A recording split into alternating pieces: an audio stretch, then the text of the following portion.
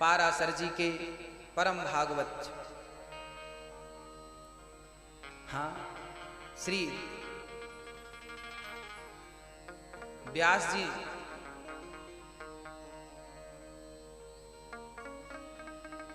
ऐसे व्यास जी महाराज आज उदास हैं। उसी समय कीर्तन करते हुए नारद जी पहुंच गए। प्रणाम।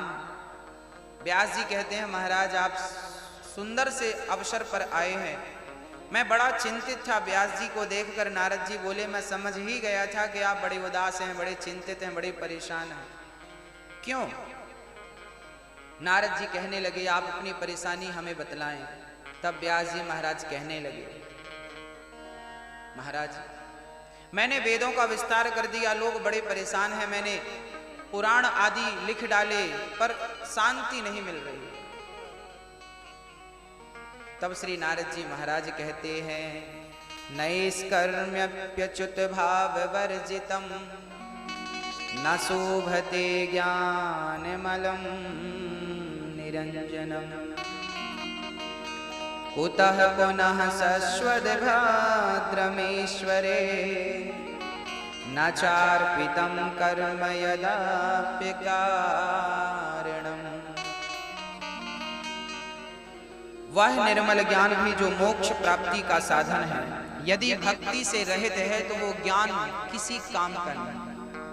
भक्तों, ज्ञान की शोभा कब होती है? जब वो भक्ति की चाशनी में डूबा हो। बिना भक्ति के ज्ञान की शोभा नहीं होती। नारद जी कहते हैं कि आपने अभी तक जितने पुराण लिखे हैं सब में ज्ञान का निरूपण तो है। अरे ठीक है, भक्ति का भी निरूपण है, पर जिससे भक्ति बढ़ती है भगवान कृष्ण की बाल लीलाओं से, जिनमें भगवान के प्राकट्य की चर्चा हो, क्रीड़ा की चर्चा हो, बाल लीलाएं जितनी भगवान ने की हैं सबकी विस्तार से जब तक आप चर्चा नहीं करेंगे तब तक शांति नहीं मिलेगी। यहाँ एक बात हम सभी को और समझना चाहिए कि शांति कब मिलती है। आप सब कहते हैं ना महाराज जी शांति नहीं है, महाराज जी शांति नहीं है। हर व्यक्ति का प्रश्न है गुरु जी शांति कैसे मिले, शांति कैसे मिले। आज समझ लीजिए, जब तक भगवान की चर्चाएं आप सुनेंगे नहीं तब तक हृदय को, चित्त को शांति मिलने वाली नहीं है। जब तक भगवान की कथाओं को अपने हृदय में समाहित नहीं करेंगे तब तक शांति नहीं मिल सकती। अच्छा एक बात और है, भगवान, अच्छा किसी की निंदा और बुराई करने से शांति मिलती है कि भगवान की चर्चा करने से शांति मिलती है? हाँ, लोग बैठ जाते हैं, 4 लोग बैठ जाते हैं और फलाने की बुराई चालू, 2-2 घंटे निकल जाते हैं भैया, 3-3 घंटे बर्बाद हो जाते हैं ना। गलत आदत है। जब भी बैठो तो भगवत चर्चा होनी चाहिए। क्या कृष्ण की कथाएं कम पड़ गई? क्या राम की कथाएं कम हैं कहने और सुनने को? जब भी कहें तो कृष्ण कथा कहें, जब भी सुने तो कृष्ण कथा सुने। यही है जीवन की सार्थकता। इसलिए मेरी माँ, बाद में पश्चाताप होगा कि व्यर्थ इतना समय हमने बकवास करके निकाल दिया, वही समय भगवत चर्चा में निकाला होता तो आज हमारे सामने भगवान कृष्ण खड़े होते। मैं आपसे कभी ये नहीं कहूंगा कि आप वैकुंठ जाइए, गोलोक धाम जाइए, कहीं और ना। मैं हमेशा यही कहूंगा कि कहीं जाना ना पड़े आपको, ऐसी भक्ति करिए कि भगवान स्वयं आप तक पहुंच जाएं, आपके सामने खड़े हो जाएं। और आपके सामने जब मेरे गोविंद खड़े हों तो आप उनके चरणों को टुकुर टुकुर देख रहे हो, आप उनके मुखमंडल को देख रहे हो, निहार रहे हो और अपना जीवन कृतार्थ कर रहे हो।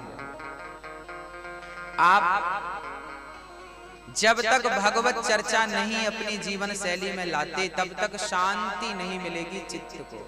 इसलिए मैया जी, चर्चा करनी है तो किसकी किसकी किसकी? मेरी माँ, बोल दो एक बार, बोल दो एक बार,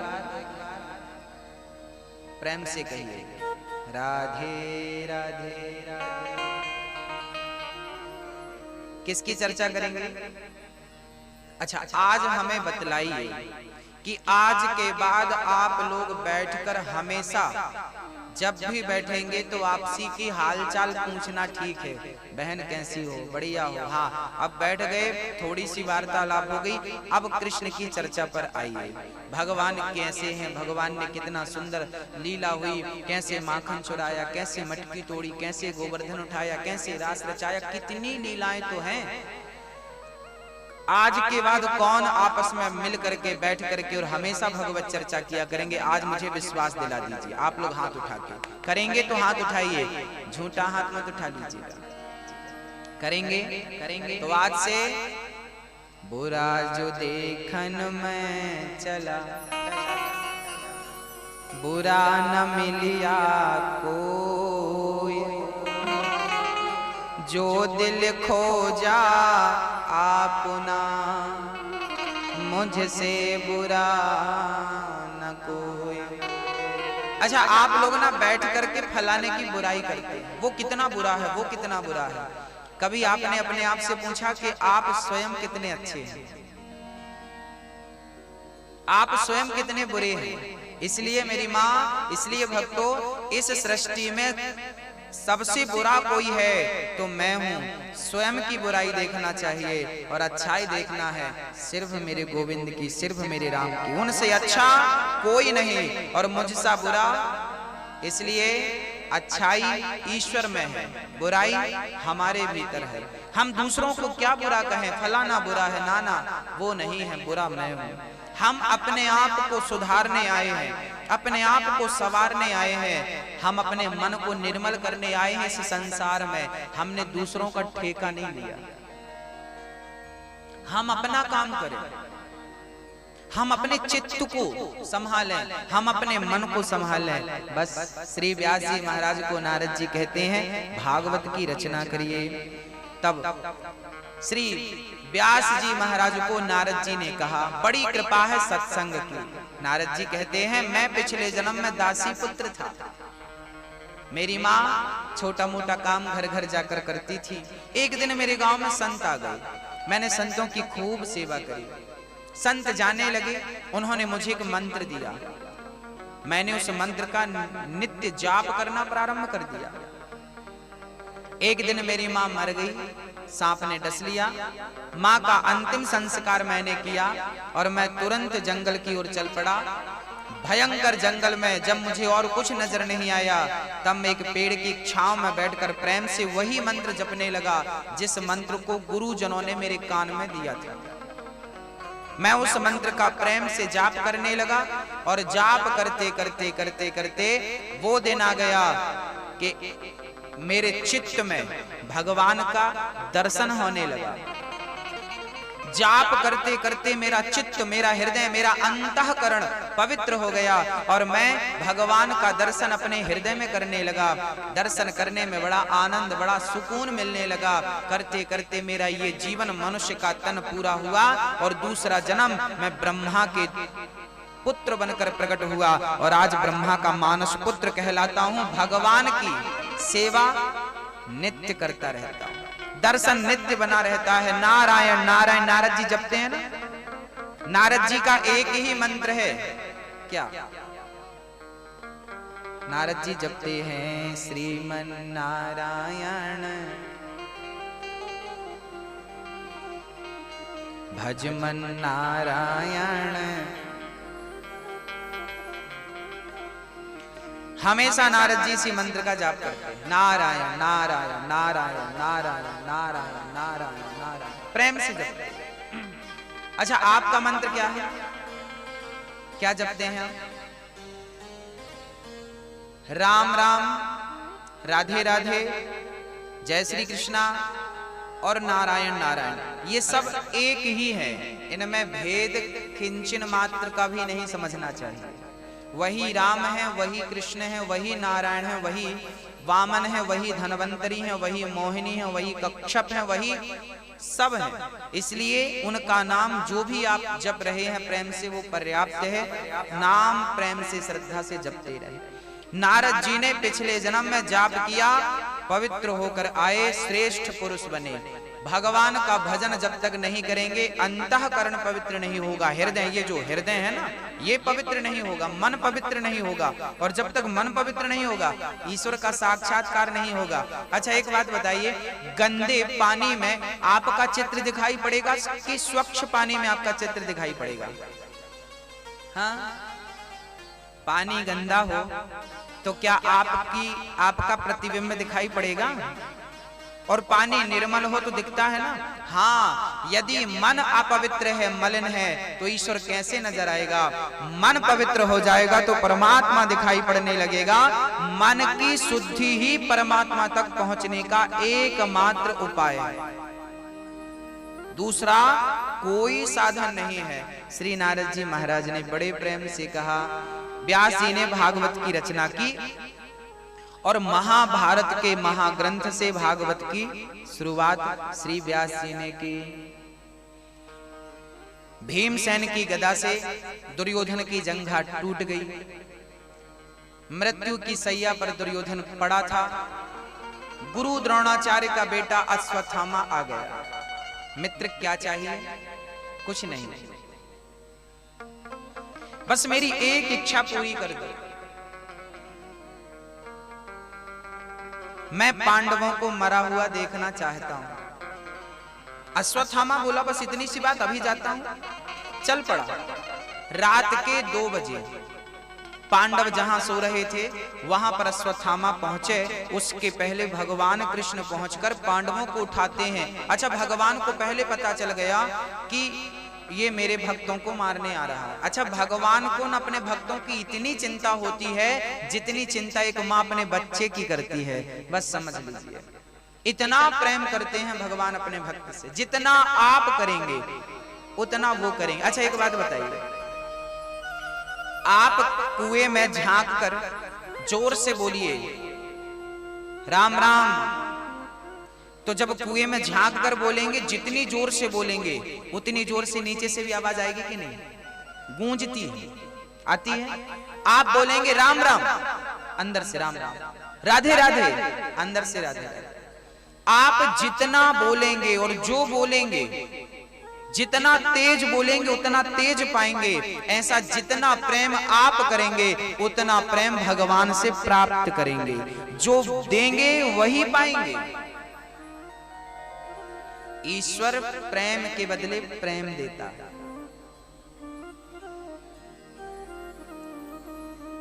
आज अश्वत्थामा के पहुंचने के पहले भगवान ने पांडवों को उठाया। अरे सारी दुनिया आपके जीत का जश्न मना रही है और आप प्रेम से सो रहे हैं, उठिए। उठाया पांडवों को। खाली बिस्तर देखकर द्रौपदी के 5 बच्चे वो उत्सव से आए और खाली बिस्तर देखकर सो गए। अश्वत्थामा ने द्रौपदी के 5 बच्चों को पांडव समझकर 5 का सिर काट लिया। 5 बच्चों का सिर लेकर चले। मित्र दुर्योधन, देख तेरे दुश्मनों को मैंने मार डाला, ये देख सिर लेकर आया। देखा दुर्योधन ने, बड़ा प्रसन्न हुआ। मारे गए मारे गए मारे गए, पर ध्यान से देखा, अरे ये पांडव नहीं, ये तो पांडवों के पुत्र हैं। मित्र कहीं तुमने धोखे से मेरे बच्चों को तो नहीं मार डाला? ध्यान से देखा तो वो पांडव नहीं, पांडवों के 5 पांडवों के पुत्र थे। वो द्रौपदी के 5 ही बेटे थे, हर पांडव से एक।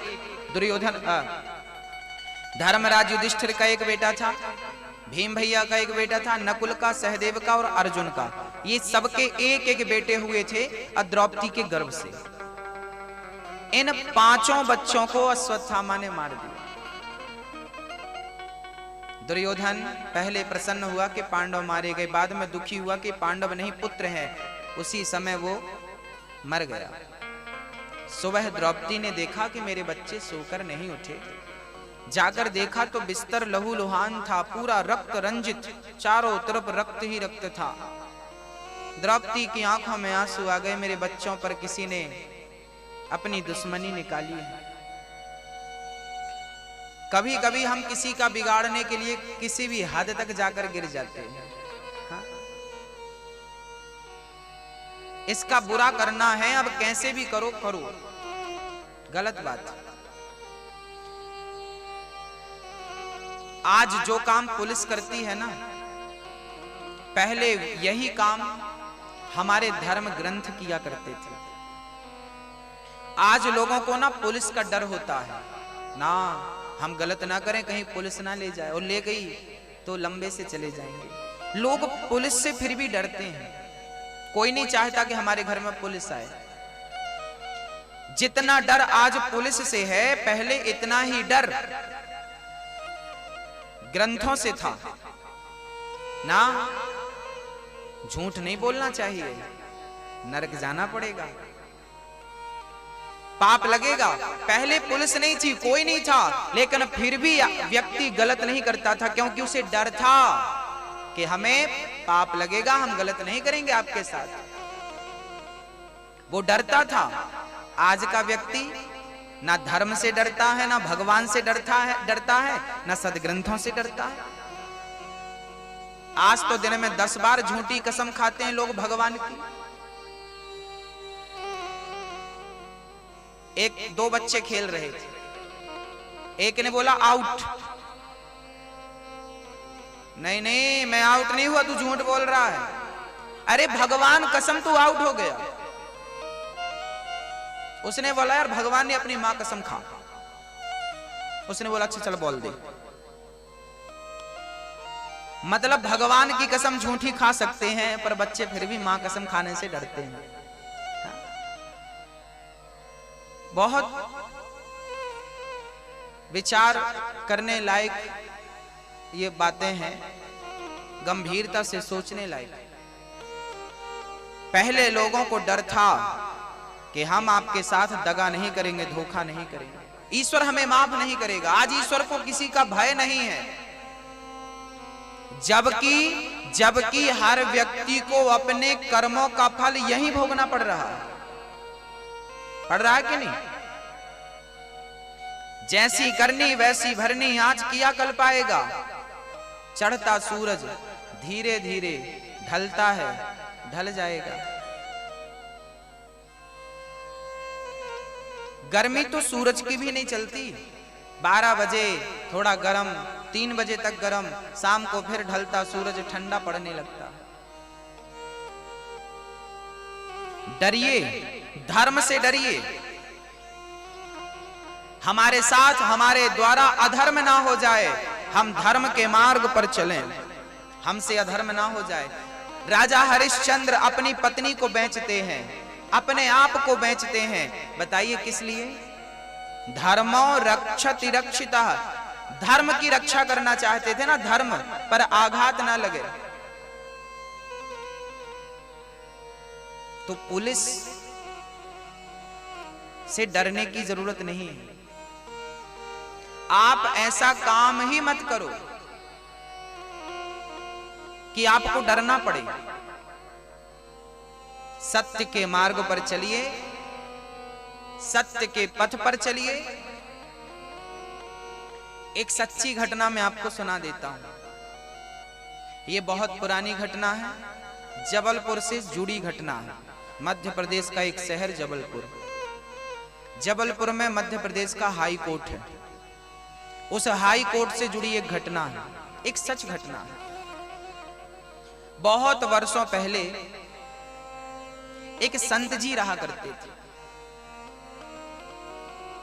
साधारण रूप में रहा करते थे। गांव में सभी लोगों की गाय चराने ले जाया करते थे। सब लोग उन्हें 2-2 पैसे, 5-5 पैसे दिया करते थे। सबसे पैसे लेते और गाय चराते।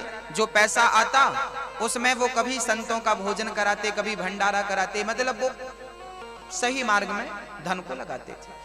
और बड़े दिव्य पहुंचे हुए संत थे। गायों से प्यार था, इसलिए गाय चराते थे और गायों में गोविंद का दर्शन करते थे। हमेशा श्री कृष्ण श्री कृष्ण श्री कृष्ण जपते रहा करते थे। श्री कृष्ण जपते थे, प्रेम से जपते थे। एक दिन गांव में कुछ अमंगल हो गया और आरोप संत जी के माथे पे लगाया गया। गांव के कुछ दबंग लोग थे, उन्होंने गुनाह खुद किया और आरोप लगा दिया सीधे साधे संत पर, इसने चोरी की। गांव में कुछ लंबी चोरी हो गई, चोरी गांव के ही कुछ बुद्धिजीवियों ने किया और नाम लगा दिया संत जी का, इसने चोरी की। ये गाय चराने जंगल जाता है, इसने जंगल में कहीं धन रखा। जबकि संत जी ने चोरी नहीं की थी, वो पवित्र थे। वो जंगल में जाया करते, गाय चराया करते और जंगल के पेड़ पौधों से, जंगल के यहां तक कि पत्थरों से भी वो प्यार करते और बहुत स्नेह था। केस गांव से शहर हाई कोर्ट तक पहुंच गया। गांव के लोगों ने कहा कि इसने लंबी चोरी करी है। जज साहब ने पूछा, आपने चोरी की है? ना, हमने चोरी नहीं की। क्या सबूत है आपके पास? आपकी गवाही कोई दे सकता है? बोले हाँ, हमारी गवाही दे सकता है। कौन? बोले हमारी गवाही तो पत्थर भी दे सकते हैं। पत्थर? हाँ, संत जी ने ये कहा। बोले कब आ रहे हैं तुम्हारे पत्थर? जब आप कह दें तो ठीक है, परसों आप ले आए ना अपने गवाहों को। जज को लगा हो सकता है पत्थर नाम का कोई आदमी हो, ले आना। संत जी बोले ठीक है। संत जी गए, जिस पत्थर पर बैठा करते थे उससे सारी बातें कही कि भाई देखो, झूठा आरोप लगाया जा रहा है, मेरी गवाही देने चलोगे?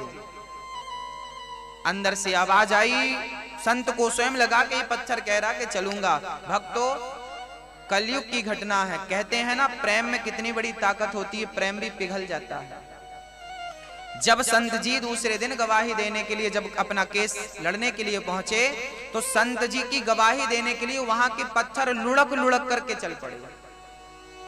कहा जाता है, इतिहास में ये बात आज भी दर्ज है कि जबलपुर की हाई कोर्ट में आज भी वो पत्थर लुढ़क लुढ़क कर हाई कोर्ट तक पहुंच गए और जज साहब ने बाहर आकर देखा वो लुढ़कते हुए पत्थर। आज भी हाई कोर्ट के बाहर वो बड़े बड़े 2 पत्थर लगाए गए हैं। इस बात का प्रतीक है कि कभी वो किसी संत की गवाही देने के लिए पहुंचे थे गांव से शहर की ओर। संत के चरणों में गिर पड़े तमाम जज और गांव वाले। भगवान की भक्ति और भगवान के प्रेम के सामने क्या असंभव है? जिन्हें प्रेम नहीं है भगवान से, जिन्हें भक्ति का ज्ञान नहीं है, वो बहुत सारे प्रश्न खड़ा करते हैं ईश्वर को लेके।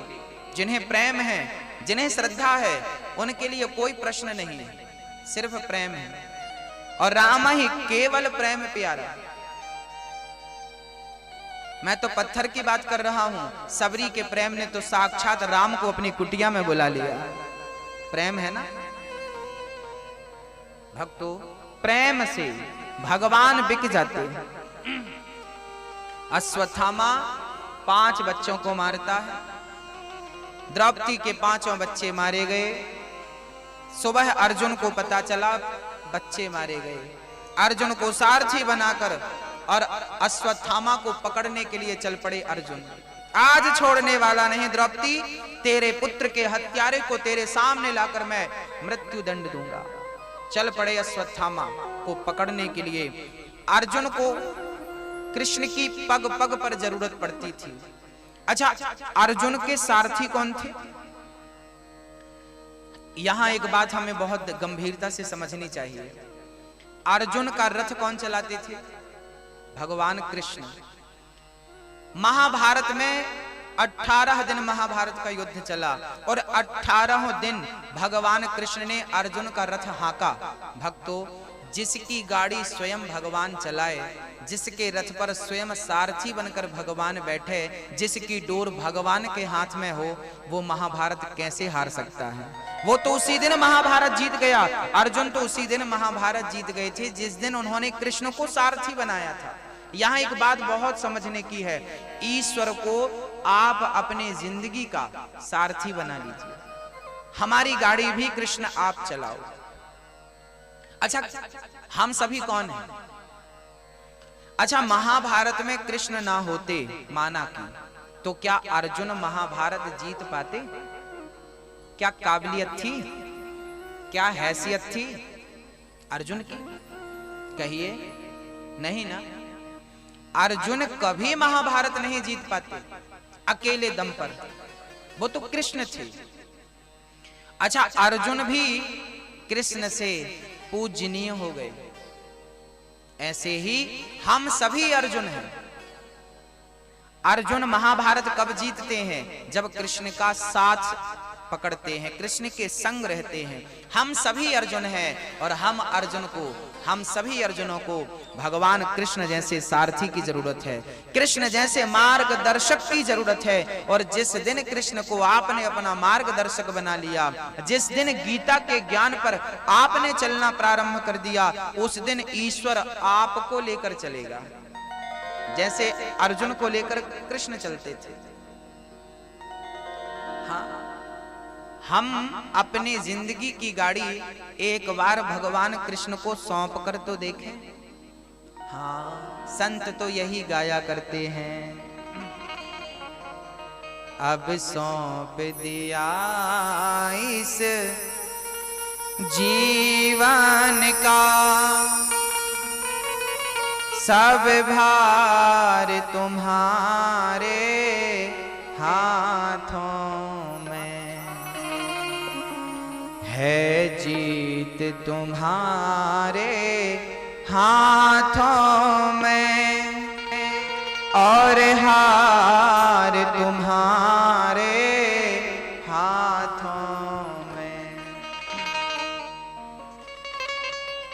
मेरी एक ही इच्छा है,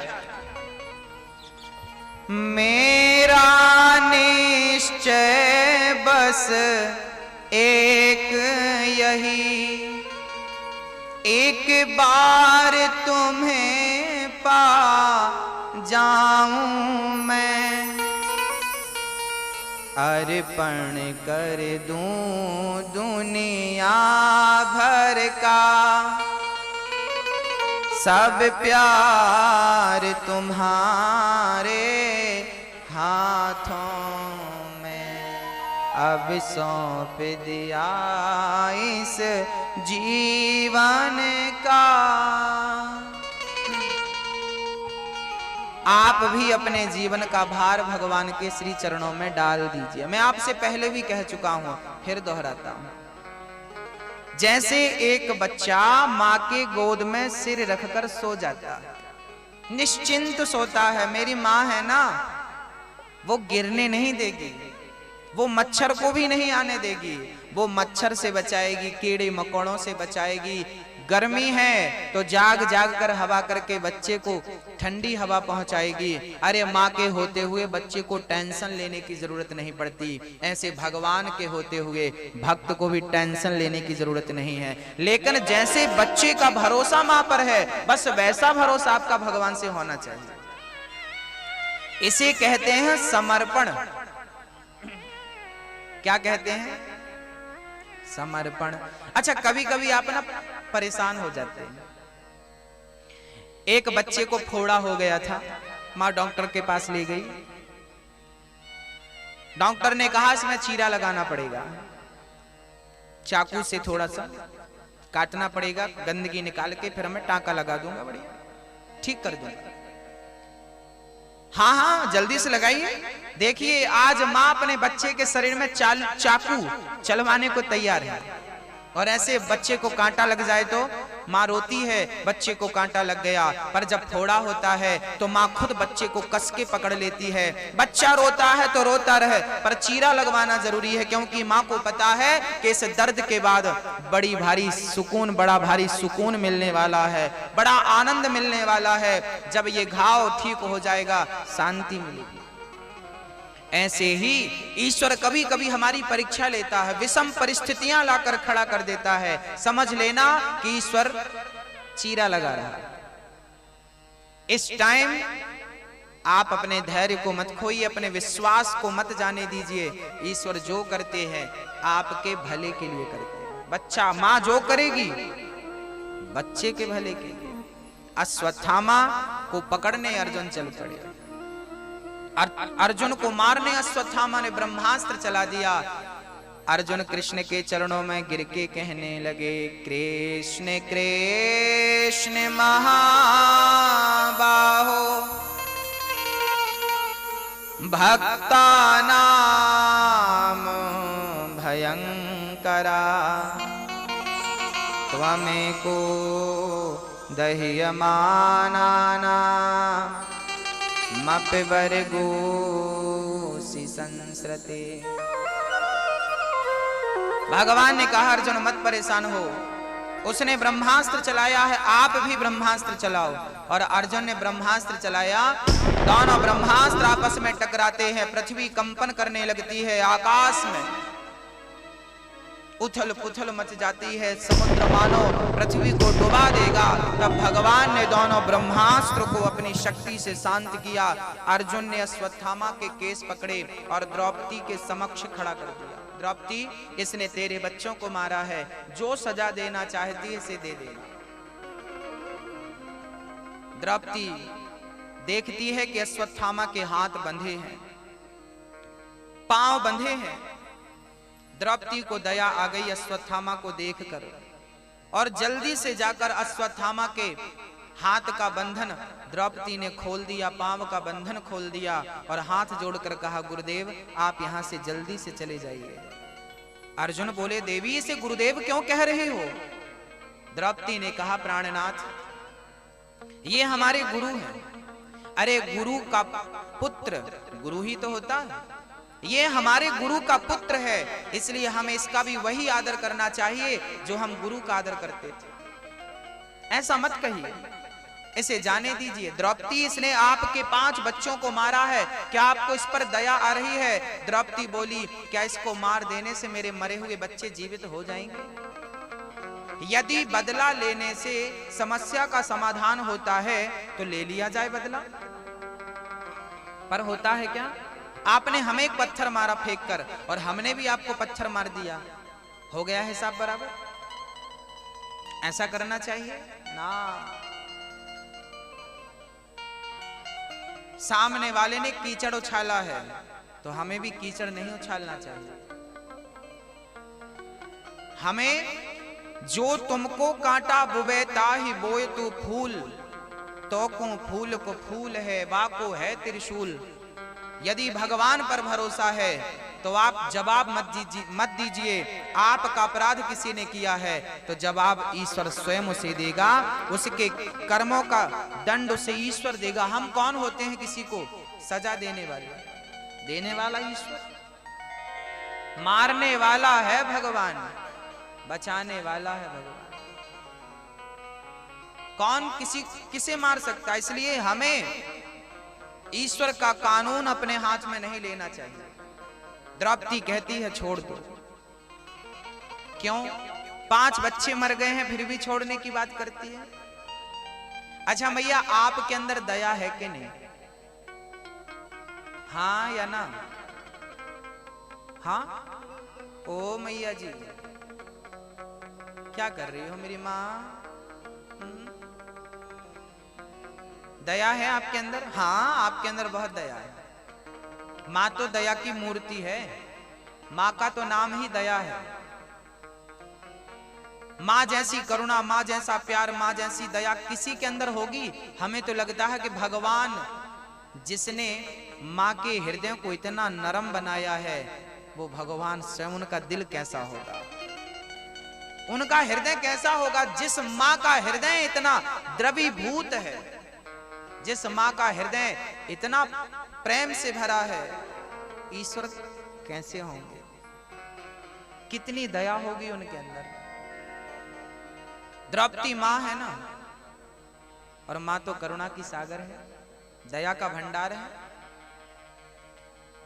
एक बात और है, हमारी माताएं जब कथा में आती हैं ना तब वो बहुत बहुत आनंदित होती हैं। भक्त जब कथा सुनते हैं ना बहुत आनंदित होते हैं। दया करनी चाहिए, क्योंकि गोस्वामी जी कहते हैं दया धर्म का मूल है, पाप मूल अभिमान। तुलसी दया न छोड़िए जब तक घट में प्राण। अच्छा दया हमें कब तक करनी चाहिए?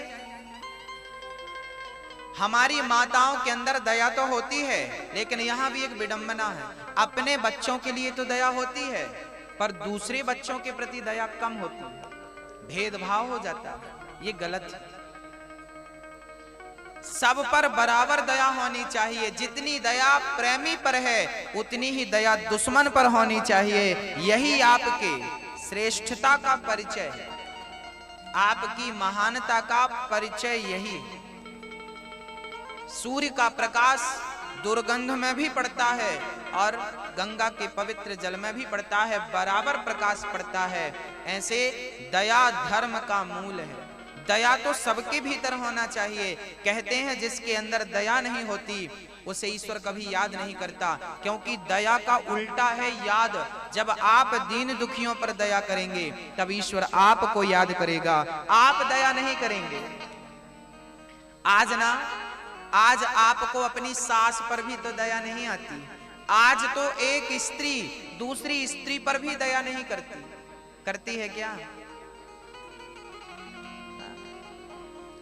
एक बहन तो हाथ जोड़ करके दूसरी बहन से कह रही थी, बहन मैं तेरे पांव पड़ती हूं, मैं तेरे चरण छूती हूं, मेरे पति की तरफ देखना छोड़ दे।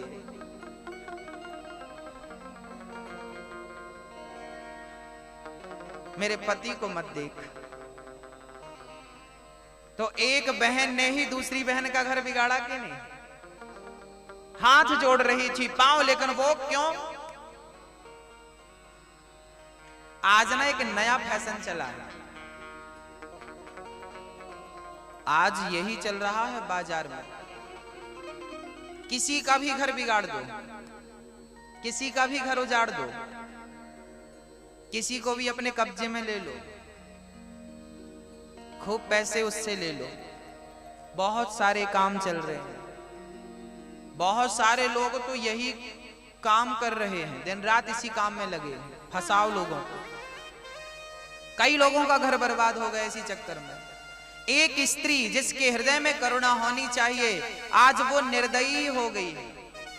पूत कपूत सुने है पर ना माता सुनी कुमाता, कुपुत्रो जायते क्वचिदपि कुमाता ना भवती। शास्त्र कहते हैं कि पूत कपूत हो सकता है पर माता कभी कुमाता नहीं हो सकती। लेकिन कलयुग में तो माताएं कुमाता हो रही हैं, हो रही हैं। इसलिए स्त्री को और पुरुष को, सबको, सबके हृदय में बराबर दया होनी चाहिए, सबके प्रति दया होनी चाहिए। किसी का भला नहीं कर सकते हम, कोई बात नहीं, मत करो। यदि किसी का भला नहीं कर सकते तो किसी का बुरा करने का अधिकार ना ईश्वर ने हमें दिया है, ना हिंदुस्तान के संविधान ने हमें यह अधिकार दिया है। बुरा किसी का मत करिए। भला करने का अधिकार तो है पर बुरा करने का नहीं। हाँ, इसलिए निवेदन है, द्रौपदी दया की मूर्ति है। अर्जुन ने कहा इसे तो मारूंगा। कन्हैया आप बताइए क्या करना चाहिए? भगवान कहते हैं ब्रह्म बंधुर न हंतव्या आतताये वधार्हणः मयैवो भयमाम्नातं परिपाह्यनुशासनम्।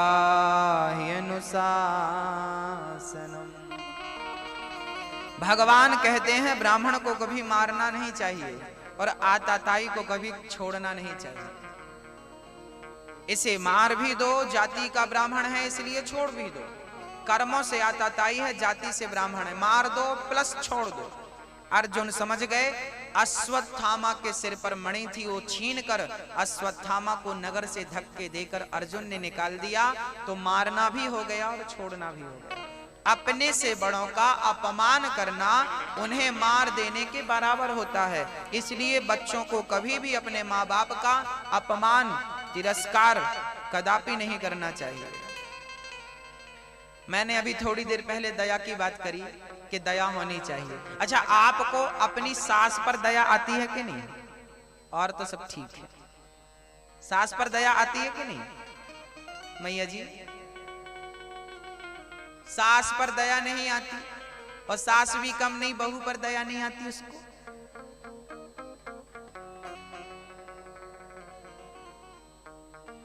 सासू माँ यदि बहू काम बस करने वाली मिल जाए ना तो 24 घंटे काम कराए।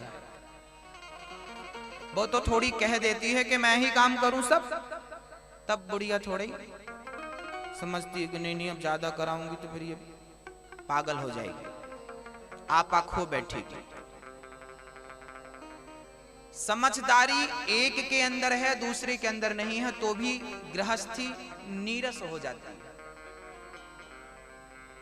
समन्वय होना चाहिए, परस्पर प्रेम हो और समझदारी होनी चाहिए। जितनी समझदार बहू है उतनी समझदारी सास को रखना चाहिए।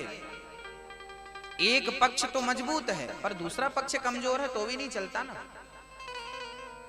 बहू को चाहिए कि वो अपनी सास की सेवा करे, उस पर दया करे, उसे रुलाए ना। और सास को चाहिए कि वो अपनी बहू से भी अपनी बेटी की तरह प्यार करे और प्रेम दे।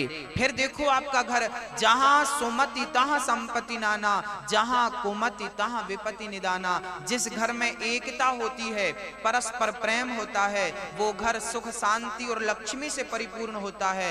जिसके घर में कलह है, हमेशा प्रेम की कमी है, झगड़ते रहते हैं, वहां अशांति व्याप्त हो जाती है। अश्वत्थामा को घर से निकाल दिया, उनके अंदर प्रतिशोध की ज्वाला जल पड़ी और उत्तरा का गर्भ जो अभिमन्यु का पुत्र था उसे मारने अश्वत्थामा ने ब्रह्मास्त्र चलाया। उत्तरा दौड़ी दौड़ी कृष्ण के चरणों में गई, पाहि पाहि महायोगिन देव देव जगतपते। हे प्रभु मैं आपके चरणों में हूं, मेरी रक्षा कीजिए। चरणों में गिर पड़ी उत्तरा। भगवान बोले देवी क्या हुआ? उत्तरा बोली गोविंद अभी मेरे बच्चे ने जन्म भी नहीं लिया, उदर में है, पेट में है, और इस बच्चे को मारने अश्वत्थामा ने ब्रह्मास्त्र चला दिया। इतने से बच्चे को मारने इतना बड़ा अस्त्र। चरणों में गिर पड़ी, प्रभु रक्षा करो। भगवान बोले चिंता ना करो। उत्तरा के गर्भ में भगवान प्रवेश कर गए और उत्तरा के गर्भ की रक्षा भगवान करते। ब्रह्मास्त्र से, सुदर्शनास्त्र से ब्रह्मास्त्र को खंडित किया। अच्छा, भगवान कभी गर्भ में जाते नहीं, प्रकट होते हैं, पर भगवान कहते हैं कि भक्त की रक्षा के लिए गर्भ में जाना पड़े तो मैं जाने को तैयार हूं। मैं भक्त के लिए सब कुछ करने को तैयार हूं। नरक में भी जाना पड़े तो भगवान दौड़ के चले जाते हैं। भगवान सब कुछ करने को तैयार हैं अपने भक्त के लिए। आज उत्तरा की रक्षा भगवान ने की। अब भगवान रथ पर सवार होकर के जाने लगे। कुंती बुआ सामने खड़ी हो गई। गोविंद कहां जा रहे हो? कहां की तैयारी चल रही है? मां बहुत दिन हो गए द्वारिका छोड़े, अब मुझे आज्ञा दो मैं जाऊं। ना, थोड़े दिन और रुक जाओ, थोड़े दिन और रुक जाइए प्रभु, रुक जाइए। चरणों में गिर पड़ी कुंती बुआ। भगवान से कहने लगी कन्हैया आज मैं आपसे कुछ कहना चाहती हूं, आपसे कुछ याचना करना चाहती हूं, मांगना चाहती हूं। कुंती बुआ ने पहले तो स्तुति करी। स्तुति करते हुए कहा कृष्णाय वासुदेवाय देवकी नंदनाय च नंद गोप कुमाराय गोविंदाय नमो नमः। हे प्रभु आप कृष्ण हैं, वसुदेव नंदन हैं, देवकी के पुत्र हैं, नंद गोप हैं, नंद बाबा के भी पुत्र कहे जा रहे हैं आप। गोप ग्वालों के संग खेलने वाले हैं, सब पर अपना प्रेम बरसाने वाले हैं, कृपा बरसाने वाले हैं। गोविंद मुझ पर कृपा बरसाइए और मेरी झोली भर दीजिए आज। हाँ हाँ बुआ मांगो, मैं तो तड़प रहा हूं कि आप कुछ मांगे और मैं आपको दे डालूं। कन्हैया से कुंती बुआ ने आज कहा कन्हैया मैं आपसे मांगती हूं क्या? विपिदः सन्तु नः शश्वत् तत्र तत्र जगद्गुरु भवतो दर्शनं यत् स्यात् अपुनर्भव दर्शनम। मुझे विपत्ति चाहिए गोविंद, मुझे दुख चाहिए। कन्हैया आवाक रह गए। मां क्या मांग रही हो हमसे? दुख? अरे जब से होश संभाला है, छोटी सी उम्र में आपके पति समाप्त हो गए पांडु। बच्चों को आपने भीख मांग मांग कर पाला है। याद रखना भक्तों, महाभारत में लिखा है कि कुंती बुआ ने 5 पांडवों को भीख भिक्षा मांग कर पाला है। इतना दुख उठाया आपने। लाक्षागृह में बंद करके कौरवों ने आग लगा दी। भरी सभा में द्रौपदी की लाज लूटनी चाहिए। सारा राज्य लूट कर वनवास भेज दिया आपको, और आज कुंती बुआ आप मुझसे दुख मांग रही हो। अरे अब तो कौरव मारे गए, अब तो आपके सुख के दिन आ गए, फिर भी आप हमसे दुख मांग रही हो। कुंती बुआ की आंखों में आंसू आ गए। कन्हैया, जीवन में जब जब सुख आया है तब तब मैंने तुमको अपने से दूर पाया है, और जब जब दुख आया है तब तब मैंने तुमको अपने करीब पाया है। ऐसे सुख का क्या करूंगी कन्हैया, जिस सुख में आप साथ ना हो। अरे लाख गुना दुख अच्छा है, कम से कम आपका दर्शन तो होता रहता है। ऐसे सुख पर पत्थर पड़े जो कृष्ण हृदय से जाए, बलिहारी वा दुख के जो पल पल नाम जपाए। मुझे सुख नहीं, मुझे दुख चाहिए गोविंद। कम से कम उस दुख में तेरा स्मरण होता रहता। दुख में सुमिरन सब करें, सुख में करें। जब सुख मिलता है ना तो हम भगवान से दूर हो जाते हैं। हमें लगता है कि हम तो बड़े महान हो गए, भगवत कृपा है हमारे पास, हमें क्या जरूरत है कथा सुनने की। याद रखना भक्तों, जो बहुत अमीर होता है ना वो भक्ति से वंचित रह जाता है। कथा सुनने कौन आता है? कथा सुनने मध्यम वर्ग के लोग, मीडियम लोग आते हैं। बहुत हाई प्रोफाइल व्यक्ति, बहुत ऊंची क्वालिटी का व्यक्ति जिसके पास बहुत धन धान्य है, उसे हम क्वालिटी वाला ना कहें। जिसके पास बहुत धन धान्य है वो कथा नहीं सुनता, क्योंकि उसके जीवन में उसने रुपयों को, पैसों को महत्व दे रखा है। कथा तो वो लोग सुनते हैं जिन्होंने भगवान को महत्व दे रखा है। मेरे जीवन में कृष्ण का महत्व है, वो लोग कथा को महत्व देते हैं, वो कथा सुनते हैं। और जो बहुत अमीर हो जाता है वो पैसे को महत्व देता है, वो कथा को महत्व क्यों देगा? अच्छे लोग हैं, वो पढ़े लिखे लोग हैं, समझदार लोग हैं, वो कथा को व्यर्थ समझते हैं, फिजूल समझते हैं, टाइम बर्बाद करना समझते हैं। कथा बकवास है, ऐसा वो लोग कहते हैं जो बहुत पढ़ लिख जाते हैं, बहुत पैसा कमा लेते हैं। हाँ, जिसको जो सब्जेक्ट, एक विद्यार्थी था वो कहता था यार गणित बहुत गंदी है, गणित तो होने नहीं चाहिए। क्यों? समझ में नहीं आता। एक बोला ना ये विज्ञान नहीं होना चाहिए। क्यों? समझ में नहीं आता। जिस बच्चे को जो विषय समझ में नहीं आता वो कहता है कि ये नहीं होना चाहिए। छोटे छोटे बच्चे कहते हैं कि रविवार ही बनी रहे, सोमवार ना आए। छोटे छोटे बच्चे चाहते हैं कि रविवार रहेगी तो घर पे आनंद खेलेंगे कूदेंगे, और सोमवार आई तो जाना पड़ेगा। हाँ, जिस बच्चे को जो सब्जेक्ट पसंद नहीं है वो नहीं चाहता कि हमें ये पढ़ना पड़े। हाँ, ऐसे ही जिसे भक्ति समझ में नहीं आती उसे भक्ति कठिन लगती है, लेकिन जिसे एक बार समझ में आ गई उसे बहुत आसान लगने लगती है। उसे ईश्वर तक पहुंचना आसान लगने लगता है। कोई बड़ी बात नहीं है ईश्वर तक पहुंच पाना। लेकिन आपको बता दूं, खाली मटकी कभी छलकती है क्या? और भरी मटकी कभी छलकती है क्या? छलकती कौन सी मटकी है? कौन कौन सी? बोलो मेरी माँ। मेरी माँ। हाँ, आपने लगता कभी मटकी नहीं उठाई, हमने उठाई, इसलिए हमें पता है। खाली मटकी कभी छलकती नहीं है, क्योंकि खाली है, किससे छलकेगी? खाली है। और भरी मटकी भी कभी छलकती नहीं है। छलकती तो वो मटकी है जो आधी भरी होती है। कौन सी? जो आधी भरी है ना, आप चलेंगे तो वो छलकेगी। जो आधे अधूरे ज्ञान को पाए हैं ना, जो आधे लोग हैं, बस वही छलक छलक कर कहते हैं कि हम भगवान को नहीं मानते, हम कि ईश्वर ही इस संसार को संचालित कर रहे हैं, सृष्टि को संचालित कर रहे हैं।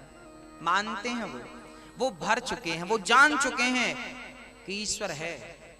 लेकिन जो अधूरे हैं, वो कहा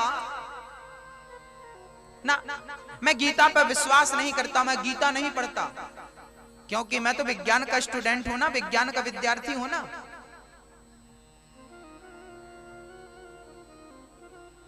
बूढ़ा आदमी बोला, बेटा ये बताओ तुम कौन से कॉलेज में पढ़ते हो? उस विद्यार्थी ने कॉलेज का नाम बताया, मैं फलाने कॉलेज में पढ़ता हूं। तब इस बूढ़े आदमी ने कहा, बेटा तू जिस कॉलेज में पढ़ता है ना, मैं उसी कॉलेज का मालिक हूं, गीता पढ़ रहा हूं। मैं भी पहले तेरी तरह बातें करता था, लेकिन जब मैं भर गया ना पूरा, तब मुझे यथार्थ पता चला कि ना, गीता के बिना, गीता के। अच्छा, जब आप में से कितने लोगों ने गीता पढ़ रखी है? अच्छा बताइए, आप में से किन किन ने गीता के 18 अध्याय हिंदी सहित पढ़ा है? जिसने पढ़ा वो हाथ उठा सकता है। 1 2 3 4 5। मैया जी, हिंदुस्तान के बहुत लोग हैं जिन्होंने कभी गीता देखी नहीं, पढ़ी नहीं, समझी नहीं। जब तक आप गीता को पढ़ेंगे नहीं, समझेंगे नहीं, तब तक गीता के बारे में क्या जानेंगे? इसलिए मैं पहले निवेदन करता हूं, पहले गीता को प्रेम से पढ़िए, समझिए, फिर बात करते हैं गीता के बारे में आपसे, फिर आपको समझ में आएगी।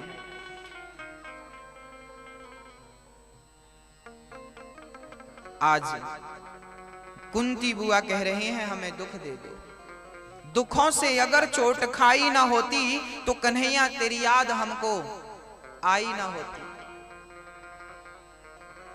दुख ही कृष्ण तक पहुंचाता है। कुंती बुआ चरणों में गिर पड़ी। भगवान ने अपने आप को दे दिया। मां, मैं क्या दूं आपको, मुझे ही ले लो। भगवान श्री कृष्ण चरणों में गिर पड़े। कुंती बुआ के सामने से भगवान जाने लगे। कुंती बुआ ने रोका, प्रभु थोड़े दिन और रुक जाइए और यहां रहिए। आप किसका ध्यान कर रहे हैं? भगवान बोले, मैं अपने भक्तों का ध्यान कर रहा हूं। भक्तों का? आप भक्तों का ध्यान करते हैं? अर्जुन चरणों में गिर पड़े, प्रभु मुझे बताइए वो कौन सा भक्त है जिसका आप स्मरण कर रहे हैं, आप जिसे याद कर रहे हैं, वो कितना खुश नसीब भक्त होगा। भगवान बोले, मैं नाम क्या बताऊं, चलो मैं उसके पास ले चलता हूं। पांडवों को लेकर, द्रौपदी को लेकर, भगवान अन्य साथियों को लेकर आज उस भक्त की ओर चल पड़े जिसका दिन रात स्वयं भगवान चिंतन करते हैं। कौन थे वो? जब चलते चलते भगवान श्री कृष्ण पितामह भीष्म के सामने पहुंचे। अर्जुन ने कहा, प्रभु आप पितामह का ध्यान कर रहे थे? बोले हाँ। अर्जुन बोले, प्रभु मुझे समझ में नहीं आया, पितामह भीष्म आपके ऐसे भक्त हैं कि आप उन्हें याद करें? आंखों में आंसू आ गए। भगवान कृष्ण रोने लगे। अर्जुन, ये जो पितामह है ना, ये 52 दिन से बाणों की सैया पर लेटे हैं। शरीर का एक एक बूंद रक्त गिर चुका है। इन्हें इच्छा मृत्यु का वरदान है। ये तो जिस दिन बाण लगा था उसी दिन मर सकते थे, लेकिन ये नहीं मरे। जानते हो क्यों? इन्होंने ये बात किसी से कही नहीं, ये बात केवल मुझे पता है। ये मेरा दर्शन करना चाहते थे। जब तक कृष्ण मेरे सामने आकर खड़े ना हो जाएं, तब तक मैं प्राण नहीं त्यागूंगा। ये पितामह भीष्म का संकल्प था। अच्छा, आपने मुख के अंदर कोई बात कह दी, मैया जी, ओ मैया, आप अपना मुंह बंद करके अपने मन में कोई बात कह दो तो वो बाजू वाले को तो सुनाई नहीं पड़ेगी, लेकिन सच कहता हूं वो भगवान तक पहुंच जाएगी। पितामह भीष्म ने मन में संकल्प लिया था कि मैं प्राण तब त्यागूंगा जब भगवान श्री कृष्ण मेरे सामने खड़े होंगे। उन्हें देखते देखते मैं प्राण त्याग कर अपने जीवन को सफल बनाऊंगा। उसके लिए क्या करना पड़ा उन्हें? बाणों की सैया पर लेट करके कृष्ण को याद करना पड़ा। अब जिसे एक कांटा चुभ जाए कितना दर्द, और पितामह के पूरे शरीर में चुभे हुए थे बाण, फिर भी वो कृष्ण के दर्शन का इंतजार था। पितामह इतने प्रेमी थे, इतने प्रेमी थे। आज भगवान समझ गए, इसलिए मैं, आप जितना याद हमें करेंगे उतना याद हम करेंगे। अच्छा, भगवान भक्त के धैर्य की परीक्षा जरूर लेते हैं। आप कितने धैर्यवान हैं ये ईश्वर जरूर देखते।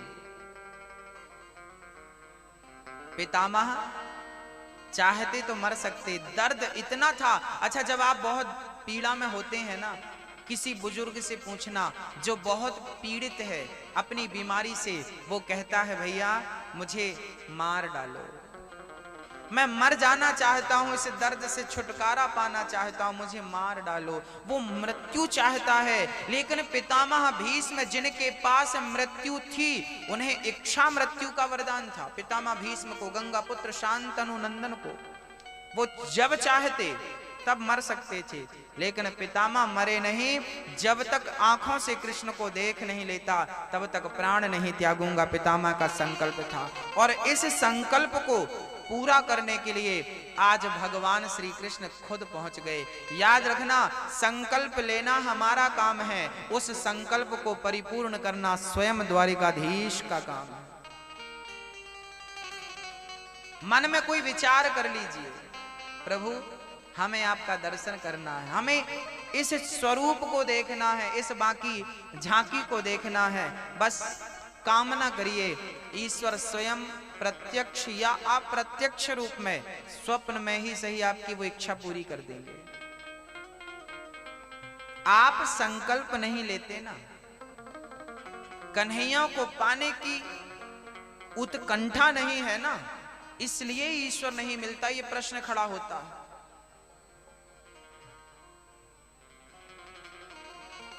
आज भी भारत में बहुत संत ऐसे हैं जिनको भगवान के दर्शन होते हैं, आज भी होते हैं। आज भी बहुत संत हैं जिन्होंने भगवान को प्रत्यक्ष देखा है। अब आप कहो हमें दिखा दो, कैसे होगा भैया? ये तो पांव का दर्द है, जिसे दर्द है वो महसूस तो कर सकता है पर अपना दर्द दिखा नहीं सकता। कहो मैया जी, कोई दर्द दिखा सकता है? दर्द हो तो सकता है, दर्द होता तो है पर दिखाया नहीं जा सकता। ऐसे भगवान का दर्शन भक्तों को होता तो है पर वो दूसरों को दिखा नहीं सकते, वो अनुभव कर सकते हैं। आप भी अनुभव कर सकते हैं, देख सकते हैं, दिखा नहीं सकते। पितामह के सामने जैसे भगवान पहुंचे, पितामह स्तुति करने लगे। पितामह इति मति रूप कल्पिता वितृष्णा भगवती सात्वत पुंगवे विभूम्नि। हे प्रभु, इति मति रूप कल्पिता वितृष्णा, मेरी बुद्धि कामनाओं से, इच्छाओं से रहित हो चुकी है। निष्काम हो चुकी। मेरी बुद्धि मैंने पवित्र कर दी है, अब आप मेरी बुद्धि का वर्ण कर लीजिए, मेरी बुद्धि से विवाह कर लीजिए। हमारी बुद्धि कौन है? हमारी बुद्धि हमारी बेटी है, हमारी पुत्री है, और हमारी बुद्धि रूपी पुत्री से आप विवाह करके इसे कृतार्थ कर दीजिए। जैसे पत्नी पति के अतिरिक्त किसी के बारे में नहीं सोचती, ऐसे मेरी बुद्धि आपके अतिरिक्त किसी के बारे में ना सोचे, ये वरदान मुझे दीजिए।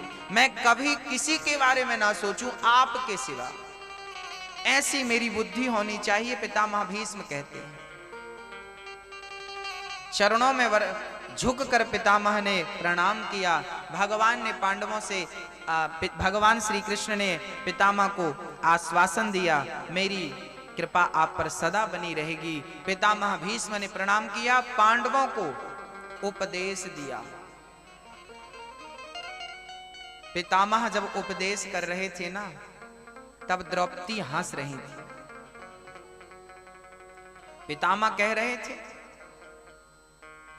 कभी बुरा करना मत किसी के साथ, और यदि आपकी सामर्थ्यता है तो बुराई को बर्दाश्त मत करना, बुराई के खिलाफ आवाज उठाना। द्रौपदी हंस रही थी। पितामह बोल पड़े, बेटी आप हंस रही हो, जरूर कोई कारण है, क्यों हंस रही हो? द्रौपदी बोल पड़ी, पितामह मेरे पतियों को उपदेश कर रहे हैं कि बुरा मत देखना, हाँ बुरा मत करना। अरे भरी सभा में मेरी लाज लुट रही थी, आप सबसे आगे बैठे थे, क्या वो बुरा नहीं था? क्या आपको बोलना नहीं चाहिए था? पितामह की आंखें गीली हो गईं। द्रौपदी ने पुकारा था, किसे पुकारा था? द्रौपदी ने कहा था, कन्हैया कहां जा छिपे हो प्यारे कन्हैया, यहाँ